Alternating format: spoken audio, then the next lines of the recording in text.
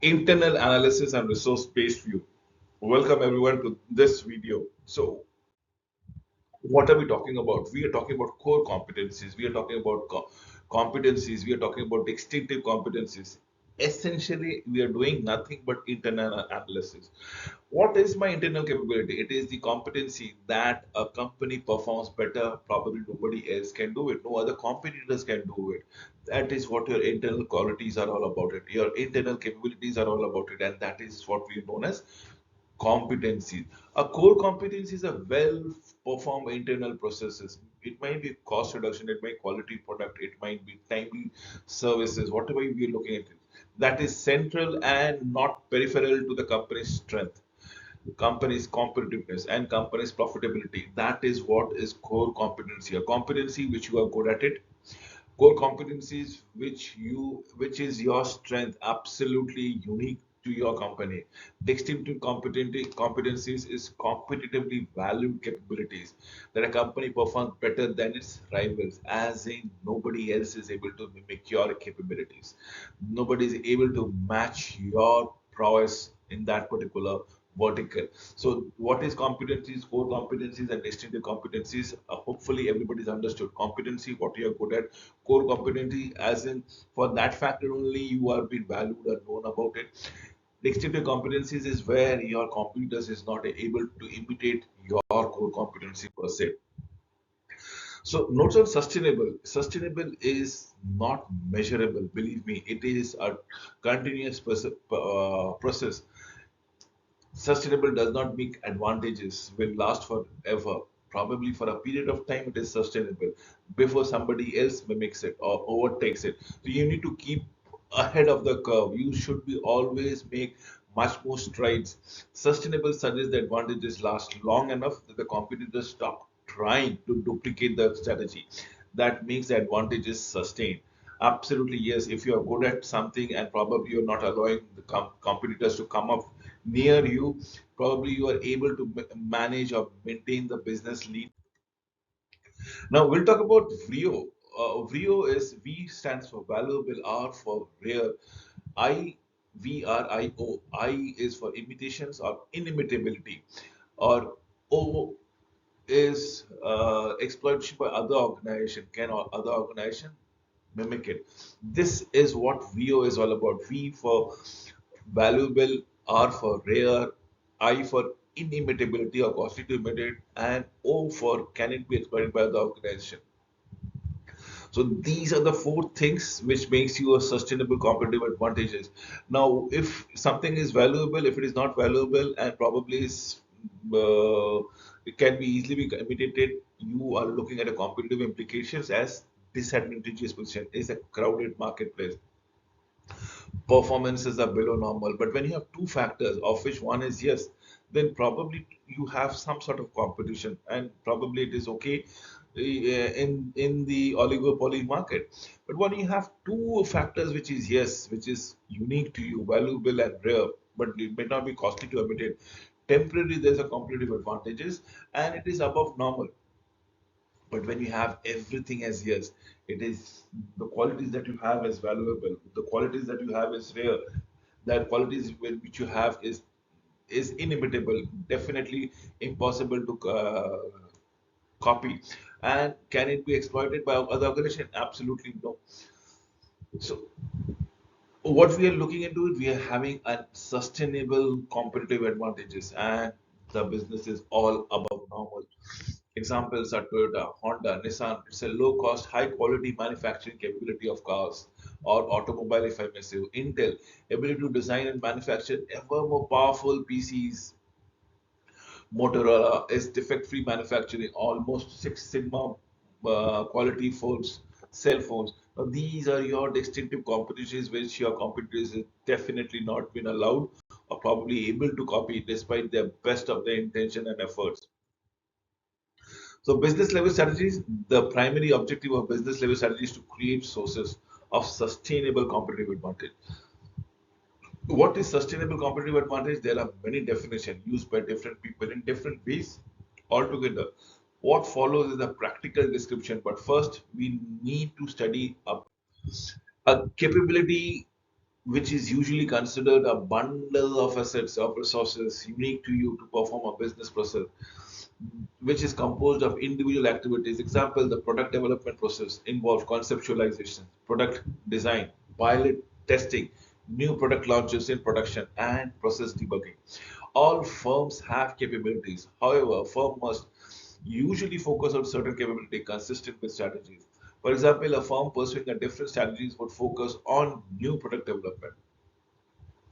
A firm focusing on low cost strategies will focus on to improve the manufacturing process. Thereby, that is what is required.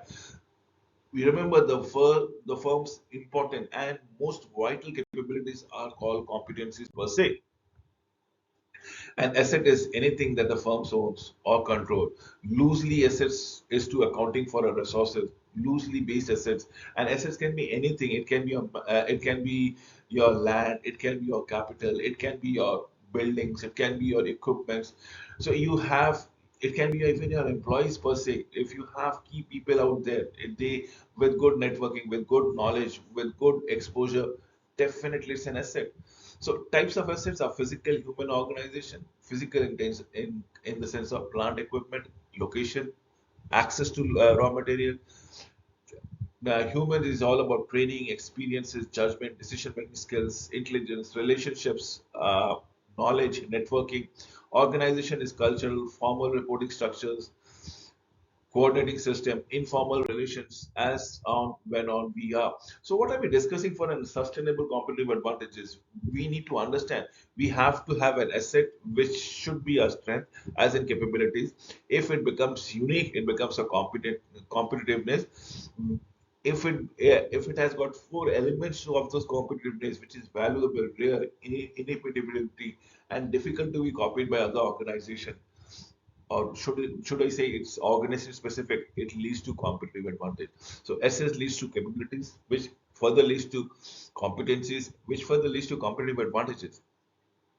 The next and the last thing that we are all aspiring is to have a lead, a competitive advantages. A competitive advantage is simply an advantages you have over your competitors. A competency will produce competitive advantages provided it produces value for the organization. It does this in a way that cannot be easily pursued by competitors by any standards. So business level strategies, how do we compete in a specific business area? Four objectives. Remember, those are four objectives. First, we need to have a sustainable competitive advantage. Second, we need to develop and nurture those potential valuable capabilities. Three, we should be able to respond to the environmental changes. And four is the approval of functional level strategy. So, what are my four objectives of business level strategy? Generate competitive, sustainable competitive advantage, develop, nurture, and potential values of capabilities, responding to environmental changes, and approval of functional level strategies. However, we said that the primary objective of a business level strategy is to create sources of sustainable competitive advantages. How do we know sustainable competitive advantages when we see it? What is it? When is it considered sustainable? To produce SCA or sustainable competitive advantages, the capabilities must have produce value, be rare, imperfectly imitable. That is, it is not easily imitated or even substituted, and by exploiting of the organization that we look forward to. Let us understand the resource-based view versus the internal organization, industrial organizations. How do we go around it? I'll give you some authors' point of view, as in Porters and Rumlet, who believed in industrial organization, and Burney and Warnfeld, which is all about resource-based views. What they say: in industrial organization, the focus is external, whereas resource-based view, it is your resources, internal focuses. For industrial organization, the assumptions of firms are within an industry, absolutely industry. In the resource-based views, the firms are idiosyncratic. They are working in silos. If you are good at something, people will flock to you. That is what is believed in resource-based view by Barney and Bonfeld. So that is the difference between industrial organization and resource-based view, based on two different authors, two different kinds of authors, should I say. One is Michael E. Porter, the other one is Rumred. One is Barney and Warnerfeld. The other one is Warnerfeld for resource-based view. their focus and assumptions are completely different. Wherein one of them says it, the industrial organization, you are part of an industry and you need to depend, keep a parity with an external environment. But resource-based view says you are an individual company and you should have something unique to yourself as all your internal resources. And if as a company you are doing good, the assumption is that everybody is going to flock to your products and services thereby. So allow me to give a little inputs of the resource-based view. We're talking about sustainable competitive advantage, the question of values. Capabilities are valuable when they enable a firm to conceive or implement a change that improves efficiency, effectiveness. Values is dependent on type of strategy. Low cost strategies, lower cost differentiator and enhancing features. Now, you look, Timex is also a watch, Rolex is also a watch. Timex has a strategy of being a lowest cost producer or a mass appeal, whereas Rolex has a watch will be looking for the niche segment differentiator to be valuable. The capability must be either increasing efficiencies, outputs, and inputs. Information system reduces customer service agents, requires an increased number of calls that same number of agents can answer. Increasing effectiveness, enabling some new capabilities not previously held at all. Opening a new market, opening up a new regional campuses, ensure that there is an outreach program for new student that comes nearby. So the question of rareness, as in the Rio systems are concerned, valuable resources are capabilities that are shared by a large number of firms in an industry are therefore not rare and cannot be called a source of competition, cannot be called as a sustainable competitive advantage. Given the following, what is rare? A web server, a MIS instructor, a state-of-art stamping press. None of these are rares. Are these rares? Probably not. Some researchers think only organization assets or resources are rare, such as culture. What do you think? Probably I just am willing to giving you an option as what exactly is around here. The question of inability is valuable, rare. Resources can be a source of sustainable competitive advantage. If a firm that do not possess them cannot obtain them, they must be imperfectly imitable. Impossible to perfectly imitate them. Ways to imitate can be avoided.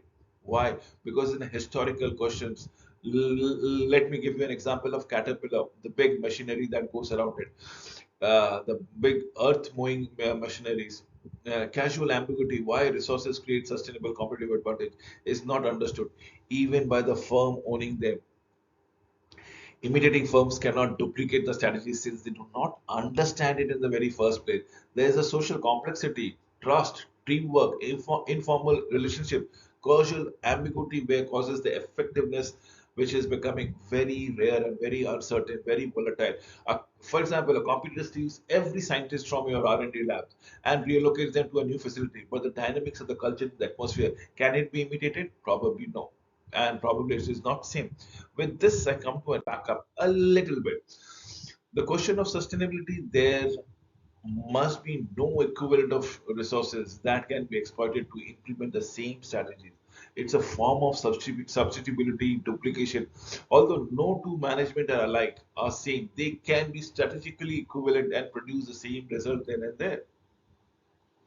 Very different resources very different resources can be substituted. Let's say a charismatic leader with a clear vision versus a strategic planning department. So different resources altogether. It might be a unique person who can foresee the future, and then there might be a full team of a gamut of people who are actually planning what if scenarios and exploring all the other options. A superior marketing strategy for a recognized brand name. Probably you might have a good promotion strategies, but what about a reliable brand name? So what I'm trying to tell you is your substitution, and it can be completely different from the what is being substituted. A superior technical support team for an intelligent diagnostic software packages. So forms of sustainability is what is required, perhaps. Sustainable competitive advantage, the question is all about exploitation. Later researchers qualified this as another criteria for sustainable competitive advantage. SCA is a firm organized to exploit the full competitive potential of its resources and capabilities. Do we have the system in place to enable those support of execution of stuff of a particular strategy? Let's say, giving you an example of a Xerox per se. end of this particular presentation. Thank you for watching this video till the end.